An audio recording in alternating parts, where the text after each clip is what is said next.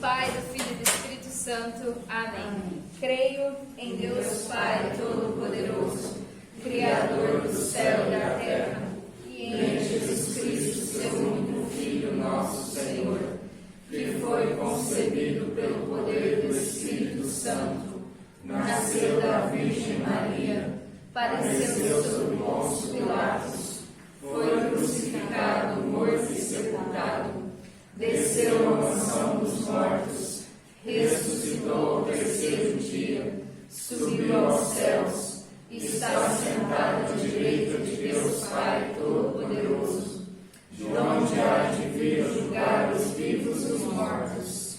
Creio no Espírito Santo, na Santa Igreja Católica, na comunhão dos santos, na remissão dos pecados, na ressurreição da carne, na vida eterna. Amém. Glória ao Pai, ao Filho e ao Espírito Santo, como era no princípio, agora e sempre. Amém. Em nome do Pai, do Filho e do Espírito Santo. Amém.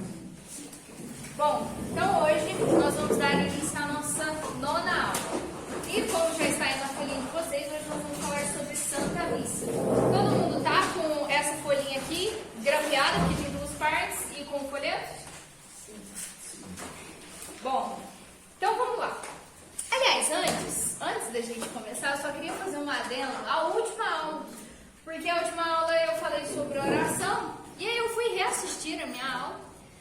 E eu fui ver, falei assim, gente, eu falei que existem os 4 Cs, falei de 3 e não falei do quarto. E ninguém me cobrou, né? O legal foi isso, ninguém me cobrou. Mas enfim, então, só rapidinho, 5 minutinhos, só pra gente relembrar. A aula passada nós falamos sobre oração, pra quem não estava aqui. A oração, eu falei sobre oração mental, né? Uma das formas que nós temos de fazer oração é a vocal e a outra forma mental. Dentro da oração mental, nós temos os 4 Cs, que é o concentrar-se, que é você se colocar na presença de Deus, né? Dar aquela respirada, foi até o que eu falei, né? Se instalar na sua realidade ali, o que eu estou sentindo agora, né?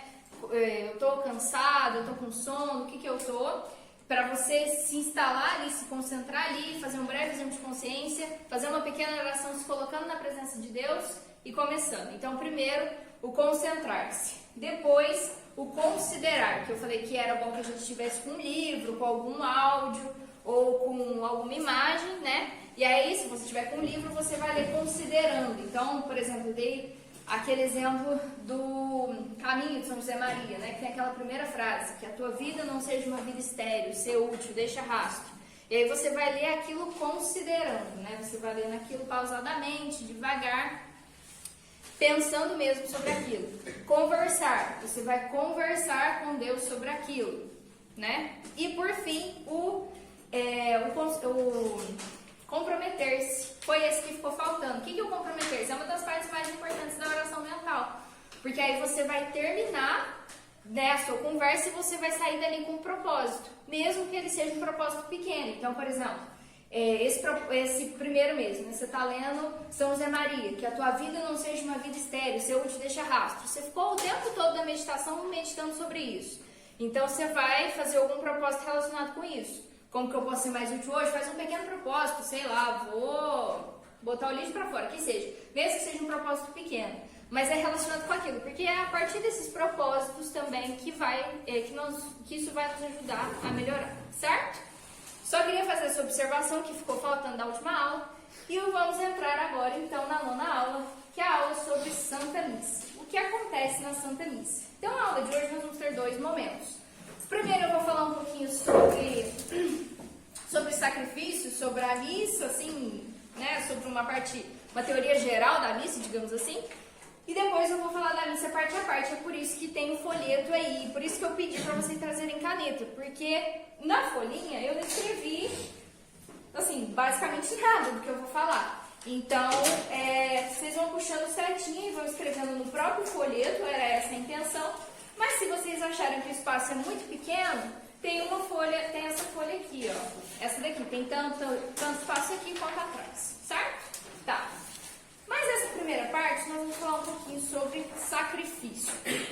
Então, vou voltar lá, a gente volta nisso toda a aula, vocês já devem estar cansados de ouvir falar sobre isso, mas é importante. O que aconteceu lá em Adão e Eva? Pecado original. Então, a partir do pecado original, houve aquela queda do homem, certo? Então, o homem vivia um estado de santidade, um estado de muita intimidade com Deus, mas a partir de então, o que acontece? O homem cai. E ele perde muito daquele estado mesmo que ele estava, né? Daquela profunda intimidade que ele tinha com Deus. E ele tem muito mais dificuldade. Só que uma coisa permanece dentro dele, que é a chamada lei natural. Isso a gente estuda até em direito. O que é a lei natural? É uma lei que existe dentro do coração de cada um de nós, que a gente sabe, todo mundo sabe. O índio lá da Amazônia, que nunca ouviu falar de nada, aquele índio sabe que é errado matar, que é errado roubar, que é errado trair. Existe uma lei, está escrito no nosso coração, uma coisa da qual a gente não pode fugir. E uma das coisas que essa lei natural nos diz, que é um sentido de justiça, é o sentido de satisfação da culpa. Como assim?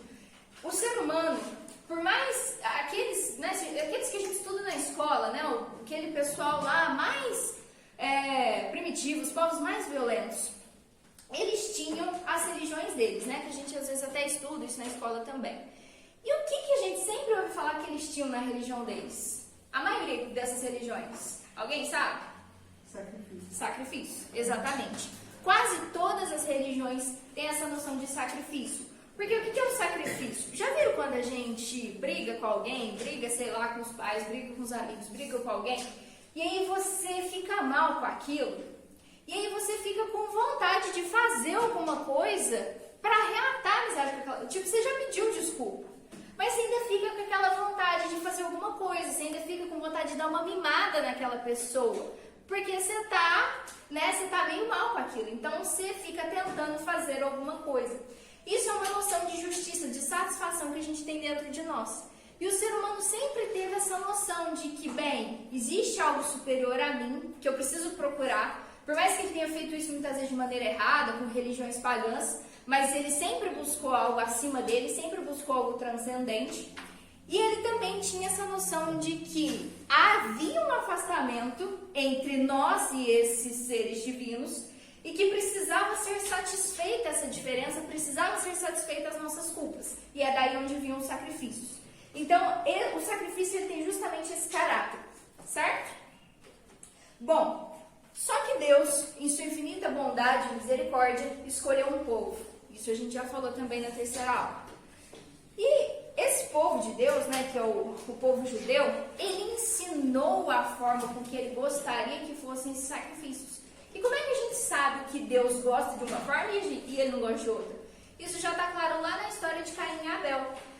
Quando a gente lê a história de Caim e Abel, né, que para quem não sabe são aqueles dois filhos de Adão e Eva, né, um dos dois filhos de Adão e Eva, que eles brigam no final, quer dizer, eles brigam não, no final Caim mata Abel por inveja, justamente por causa disso, porque Abel era uma pessoa próxima de Deus, oferecia ali da sua plantação, do que ele tinha, oferecia o melhor, oferecia os seus melhores animais, suas melhores plantas ali para Deus, e Caim não, Caim era mesquinha e oferecia o que ele tinha de pior. E Deus se agradava do sacrifício de Abel, mas não se agradava do sacrifício de Caim. Então, Caim tinha inveja de Abel e o mata. Então, daí a gente conclui o quê? Bom, existe uma forma certa de se fazer sacrifícios, existe uma forma que agrada a Deus e existe outra forma que não. E Deus vai e ensina. Quando a gente lê o começo ali do Novo Testamento, do Antigo Testamento, a gente vê que existem muitas formas, muitas coisas prescritas ali, né? Aí você vai pegar o cordeiro e vai matar, e vai tirar a gordura, e vai queimar não sei na onde. Existe tudo. A gente geralmente acha chato ler aquilo, né? Nossa, a gente às vezes até pula. Mas aquilo lá é muito interessante. É a forma com que Deus está ali mostrando o jeito certo de fazer os sacrifícios. Por quê? Deus já sabia que, ao final, o filho dele faria o maior, único e perfeito sacrifício. Só que ele precisava preparar o povo pedagogicamente para aquilo. Então, todos aqueles sacrifícios que a gente vê ao longo do Antigo Testamento, tudo que acontecia lá era uma preparação para o sacrifício de Cristo. Bom, continuando falando sobre o sacrifício. O sacrifício, ele tem 4 finalidades. A finalidade de adoração, porque nós reconhecemos, né, a presença de Deus e nós queremos presenteá-lo com algo, reconhecendo como nosso Senhor e tudo. Ação de graças, que a gente agradece através daquele sacrifício todas as graças e bênçãos que Deus nos dá. Impetratório, que significa súplica. A partir daquele sacrifício nós estamos pedindo algo a Deus. E existe isso tudo descrito no Antigo Testamento, tá? Existe um sacrifício, um jeito certo de você fazer tal coisa. Esse daqui é o sacrifício de ação de graças, esse daqui é o sacrifício de expiação. E o sacrifício propiciatório, que é justamente esse, de expiação pelos pecados. E eu coloquei essa frase aí do livro do Rafael Vitona, né, que nós temos uma unidade ali na nossa lojinha, que é do Manual da Santa Missa. O sacrifício de Jesus foi único e suficiente. Então, como eu já disse, todos os sacrifícios, toda aquela história que é contada ali no Antigo Testamento é uma prefiguração, como eu já disse na terceira aula. Quando nós lermos o Novo Testamento, o Antigo Testamento, nós temos que ler ele à luz do Cristo. Então, todos aqueles sacrifícios ali, eles são em preparação para aquele sacrifício maior que ia acontecer de Jesus. Então, só uma observação interessante, né? O que aconteceu lá no Êxodo? O povo estava sendo escravizado, né? O povo de Deus estava sendo escravizado pelos egípcios. E aí Deus fala assim, não, vou libertar esse povo. Então, ele, né, manda Moisés várias vezes conversar com o imperador. E aí o imperador toda vez fala assim, não, eu vou libertar esse pessoal aí. E aí ele voltava atrás. E aí toda vez que ele voltava atrás, Deus mandava uma praga. Que a gente fala, são as 10 pragas do Egito? 7 pragas do Egito. Então, Deus envia as 7 pragas do Egito. E por final, Deus fala assim, não, então eu vou enviar uma praga que de fato essa vai fazer com que o imperador liberte o povo. Que é aquela que, não sei, talvez todo mundo conheça, de que ele mataria os primogênitos, né? E aí ele fala para o povo dele, olha, o que vocês vão fazer? Vocês vão pegar um cordeiro perfeito, né, de 1 ano, sem mancha, e aí ele dá todas as características daquele cordeiro, ele tinha que ser perfeito.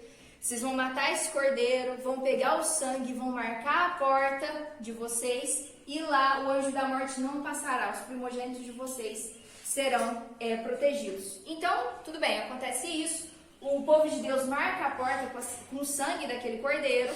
O anjo da morte passa, né, leva os primogênitos de todo mundo, menos do povo de Deus. E aí, inclusive, o filho do imperador, e o imperador cede. Não, então tá bom, então podem ir embora. E eles vão embora. A gente sabe depois que o imperador volta atrás, mas também dá ruim pra ele. E enfim. Mas essa é a passagem, né, que até fala lá na Bíblia. É passagem, né, como rápido, é passagem. E é daí que vem a comemoração da Páscoa. Depois desse episódio, todos os anos os judeus lembravam desse episódio e comemoravam a Páscoa. Inclusive o próprio Jesus comemorou a Páscoa, né? Isso é relatado na Bíblia. E ele, antes de se entregar na cruz, o que ele faz antes da sexta-feira? O que vem na quinta-feira? A última ceia, em que ele celebra a Páscoa. Sexta ou quinta? Na Quinta Santa. Na Quinta Santa, desculpa se eu falei sexta ou errado, mas na Quinta Santa ele celebra a última ceia, né? E o que acontece nessa sexta-feira? É o que a gente... o que acontece nessa quinta? É como se a gente fala... simbolicamente não é uma maneira fácil de entender. Como se a cruz fosse parar numa máquina do tempo. E aí ele trouxesse a cruz para aquela quinta-feira. Ele antecipa o sacrifício dele na quinta-feira. É ali que acontece a última ceia judaica e a primeira missa cristã. Quer dizer, a primeira missa, né? Então, ali ele liga sacramentalmente o mistério da cruz. Como assim sacramentalmente? Qual foi o ato? O ato em si que ele fez na cruz. Ele entregou seu corpo e seu sangue. Não foi isso que ele fez na cruz? Na quinta-feira santa, o que ele faz? Ele entrega o seu corpo e o seu sangue. É o mesmo gesto, de uma maneira diferente, de uma maneira sacramental. Mas é a mesma coisa que acontece. Só que, além disso, além dele ter feito isso, ele diz, né? Além de dizer, isso é meu corpo, isso é meu sangue. O que ele completa? fazei isso em memória de mim. Eu não sei se vocês lembram o que eu falei na terceira aula, que as palavras de Deus, ela tem força criadora no mundo. Então, foi pela palavra que Deus criou o mundo, né? Então Deus disse, faça-se a luz, e a luz se fez. Então, ou seja, se eu falar isso, faça-se a luz vai se fazer? Não. Por quê? Porque as nossas palavras não são assim. Mas as palavras de Deus são. As palavras de Deus, elas têm força criadora no mundo. E o próprio Jesus disse, né? Ele diz em São João, as minhas palavras são espírito e vida. Essas mesmas palavras que criaram o mundo são as palavras que ele diz. Isto é o meu corpo, fazei isto em memória de mim. Então ele dá essa ordem para os discípulos dele e eles têm essa autoridade para poder fazer isso. E eles repassam essa autoridade para os sacerdotes, e isso chega até nós. Então, cada vez que um sacerdote repete essas palavras ali na consagração, ele está de fato consagrando, ele está de fato transformando aquele pão em corpo e aquele vinho em sangue. Mas a gente ainda vai falar um pouquinho mais sobre isso. Eu só gostaria de completar outra coisa também. Fazer isso em memória. O que é memória? Para os judeus, memória não é igual pra gente, né? Quando eu falo assim, deixa eu lembrar aqui do meu aniversário de 5 anos. O que eu vou fazer? Eu vou pegar foto, vou perguntar pra minha mãe alguma coisa. É isso que a gente vai fazer, né? Essa é a nossa memória. Para os judeus, não. Memória é atualizar o fato. Então, inclusive, eles tinham uma festa lá, que era chamada de Festa das Tendas, que isso mostra no The Chosen, inclusive. Eu comentei do The Chosen na última aula. Isso é mostrado no The Chosen. O que era a Festa das Tendas? Na época que eles viveram no Egito, né, nos 40 anos que o povo de Deus viveu no Egito, eles viviam em tendas. Então, eles comemoravam essa festa das tendas uma vez por ano, né, para relembrar aquilo que os antepassados dele tinham feito, né. Só que o que era comemorar, né? Era só lembrar, eles sentavam em roda e falavam assim, olha, o seu tataravô vivia em tendas. Não, eles pegavam, moravam em casas, saíam das suas casas, iam para algum campo, algum deserto, alguma coisa, montavam as tendas e de fato passavam um tempo ali, não sei quanto tempo, não sei se era 7 dias, se era uma noite, não lembro. Mas eles passavam um tempo ali naquela tenda para relembrar. Ou seja, então quando fala memória para os judeus, é atualizar o fato, certo? Então não é uma simples lembrança. Quando a gente celebra a missa, a gente está de fato atualizando a cruz, atualizando o mistério do sacrifício ali.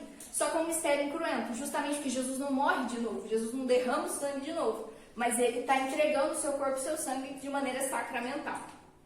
Tá. E a gente sabe também, né, que Jesus, ele não podia perder tempo. Ele estava na quinta-feira santa, vésperas ali à noite. Ele sabia que ele ia morrer, que ele ia ser crucificado ali na sexta-feira, no dia seguinte.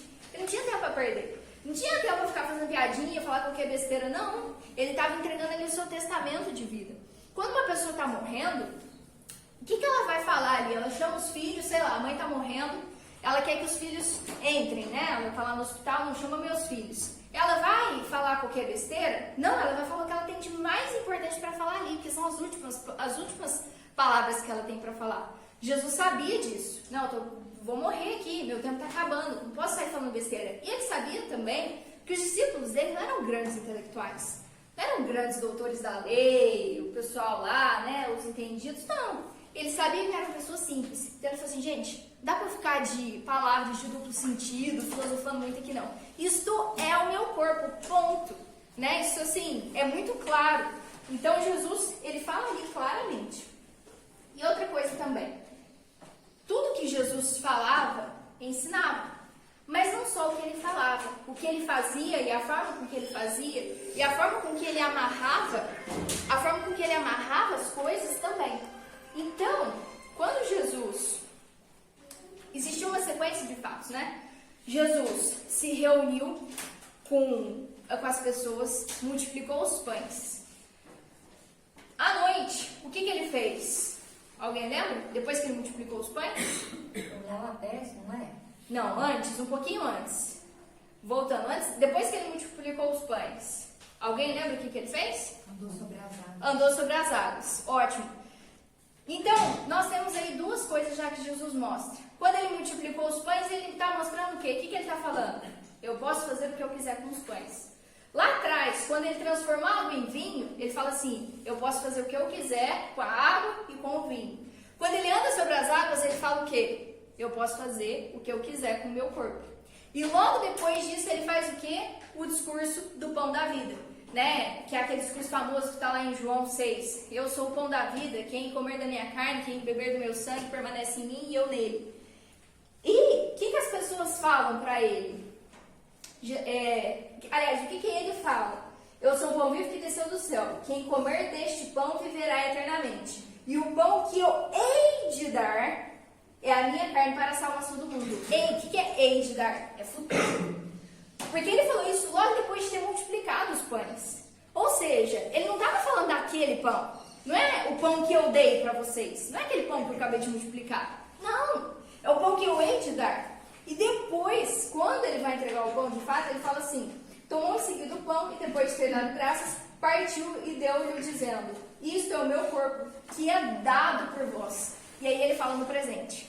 Então lá ele falou no futuro, o pão que eu hei de dar. E aí depois aqui ele fala, o pão que é dado por vós. Ou seja, aquele pão que ele está falando lá no discurso do pão da vida. Que, diga-se de passagem, é aquele discurso que o pessoal falou assim, nossa, mas essas palavras são muito duras. E aí ele fala assim, então podem ir embora. Porque se Jesus estivesse falando alguma coisa simbólica, ele fala, não, desculpa, vocês entenderam errado. Continua aqui, gente. Não, vocês entenderam errado. Não estou falando do meu corpo mesmo, não, estou falando de outra coisa simbólica. Não, Jesus falando, então vamos embora. Não quer ir? Vai. Ainda vira para o discípulo dele e fala, e vocês? Querem ir também? E aí, São Pedro maravilhosamente vira e fala o quê?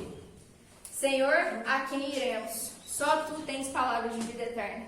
Maravilhoso. Pedro dá aquela, fala aquela coisa maravilhosa. Então, que é a coisa que ao final e ao cabo a gente tem que dizer também, né? Senhor, a quem iremos? Só tu tens palavras de vida eterna.